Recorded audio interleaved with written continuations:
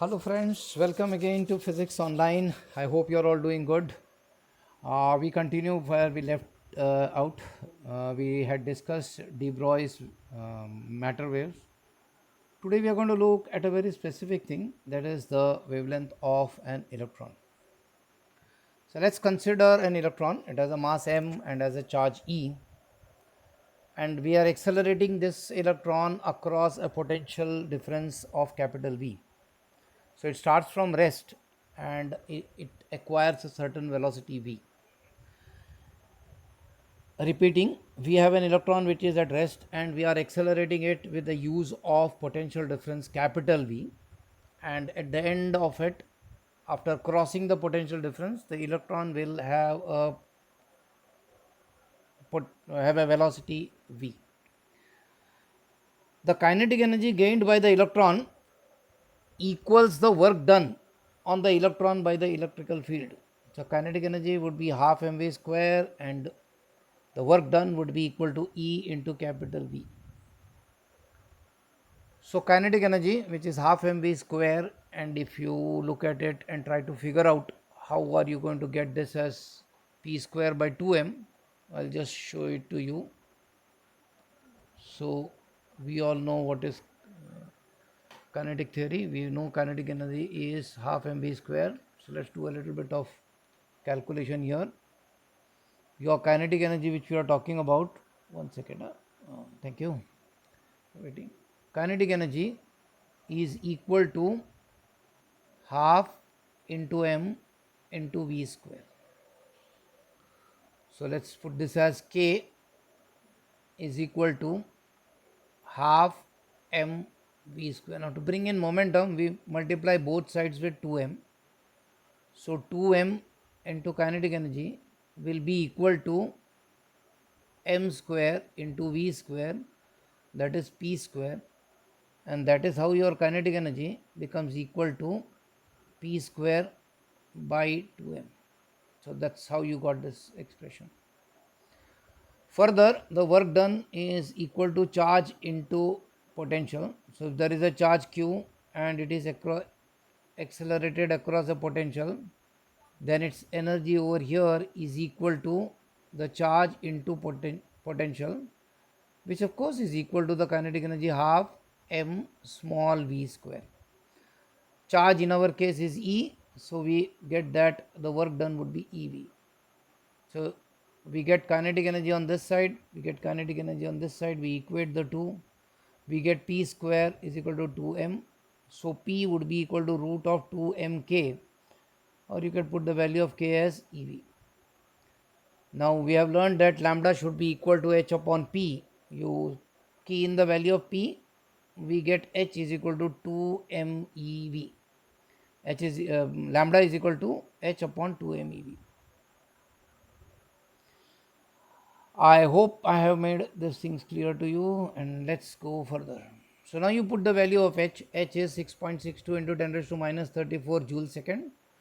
Mass of an electron, you get all this data, so you don't need to worry. 9 into 10 raised to minus 31 kg. Charge on an electron is 1.6 into 10 raised to minus 16 coulomb. So putting all these values, so we get an interesting fact that lambda is 12.3 divided by root under the potential difference. So to calculate lambda, what we need over here is just the potential. So if you change the potential, our lambda will change, correct? This is an important shortcut, you could say, to calculate the value of lambda for any particle as such. Of course, this is true only for electron because we have assumed the mass of the electron and charge of an electron. In case you want to do it for a proton or any other subatomic particles, you will have to key in the figures here. Okay, let's go ahead. For an accelerating potential difference of 120, if you do the same maths, you will see that the lambda turns out to be 0.112 nanometer. Now this distance is important because this distance is actually the distance between two planes in a crystal, or the two planes containing the atoms of a crystal. The distance is of the order of 0.112 nanometer. This suggests that matter waves are associated with electrons could be detected by electron diffraction experiment. That means we take a crystal and we bombard the crystal with electrons. So electron, when it moves within the crystal, the distance between the plates or the spacing between the plate acts like a slit, and the electron actually undergoes diffraction. Like light undergoes diffraction when it passes through a very small slit. Now since the wavelength of electron is very small, the slit also has to be of that same order, very small. So we take a crystal, and this is the justification for using the diffraction through a crystal to come through an experimental verification of de Broglie's law. Importantly, de Broglie was awarded the Nobel Prize in 1929 for this very discovery. So now we move on to look at the experimental demonstration of wave theory of electron. So what do you see here? Well, we see a filament that is heated by a low tension battery, that means a low battery.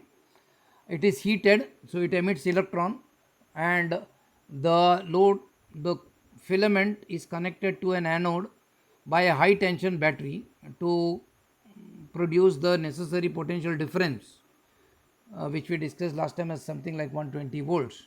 This accelerates the electrons, and the electrons are made to fall on a nickel crystal. Nickel primarily because if the electrons were to be allowed to fall on any other crystal, it would usually melt it. So we put crystal, and then what we notice is we have all these electrons which are scattered. We catch hold of these electrons by using a movable collector. So every time an electron is caught, it gives you a pulse of a current which is noted by a galvanometer. So this is the experimental setup. So let's go back and see how it works. To begin with, as I told you, the electrons emitted by the hot filament of the electron gun. Electron gun is nothing but primarily we have a coil which is heated and produces electron, and then we have an anode, and the filament and the anode are subjected to a potential difference which we can vary as the arrow indicates. That's an electron gun. So our primary role of the electron gun is to produce fast moving electrons. The diagram has been separately shown there. Going ahead, we see that as the electron strikes the crystal, what do we see? Well, the finely collimated beams of electrons from the electron gun is directed towards the face of a nickel crystal. Now notice that the crystal is capable of rotating about an axis perpendicular to the plane of the paper. So we can actually rotate it at whichever angle we want. Okay. The electrons scattered in different directions by the atoms of nickel crystal are received by a movable detector. So movable detector is somewhere over here. They have shown you. There is a good scale to show that at what angle you are catching a particular electron. Okay. Now we measure the scattering electron intensity as a function of angle psi. So basically our idea is to find out intensity is the number of electrons. So we look at a particular angle and try to find out how many electrons are diffracted in that particular angle. Now of course we do this experiment for various values of V. And when we do the graph that's shown on the right hand side, what do we see? We have different graphs. Now the graph is very prominent, or it shows like a diffraction pattern at 54 volts and at an angle of 50 degrees. So if your electron detector is kept at 50 degrees, that is your psi happens to be 50 degree, and the potential difference happens to be 54, then we see this peak. Now how do you say that this looks like a diffraction? Well, I'll just show you in a second. Okay, we can just see how a normal diffraction pattern looks. So if you look carefully, you will see that if you use a slit, so let us say that we have taken a slit here, and then we have made light to go over here. Then over here on the screen that we have placed, we get a diffraction pattern which looks like this. This is diffraction pattern for a light. Now if I were to chop out this portion, then this portion would look like this. See, this is the peak value or the central maxima followed by small minimas. Now you look at this part and this part, they are more or less same. Okay. Have I made my point clear? Okay, let's go ahead. So we have all the figures. We have started our figures starting from A to E, and at A the voltage is V. At the next figure B, it is 48, 54, 64 and 68. So the optimum value or the best figure we get at 54 voltage, and when the angle is 50 degrees. That is the importance of this diagram over here. Okay. Now we do the maths for ourselves from the figure that I have drawn here. See, the angle theta plus psi plus theta is 180. So we can say that our theta will be 65. D, that is the spacing or the slit width. In case of a crystal, that is the distance between two electrons or the between two planes, is 0.914 Armstrong.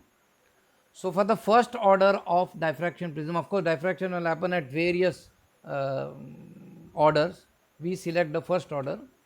Then the Bragg's law says that 2d sine theta is equal to lambda. We already seen in diffraction that sine theta should be equal to lambda by d. So here we get lambda as 1.65 Armstrong. This is an experimental value. We have just put what we got from the experiment. Now we do our maths with what we learnt in de Broglie's hypothesis. Now since we have accelerated it at 54 volt, so we will put the value of 54 in the denominator under the root sign and see what we got. We got almost 1.66. So theory and experiment are almost same. So this is the experimental verification of the wavelength of an electron. Okay. So the experimental measure the wavelength is close to the estimated wavelength using de Broglie's hypothesis. This proves the existence of de Broglie waves. We come to the end of this session. Thanks for watching it. Do subscribe to my channel and we will continue with this. There is a small interlude or a small comparison where de Broglie and Heisenberg's uncertainty principle, that will take up in the next lecture. Thank you once again and do take good care of yourself.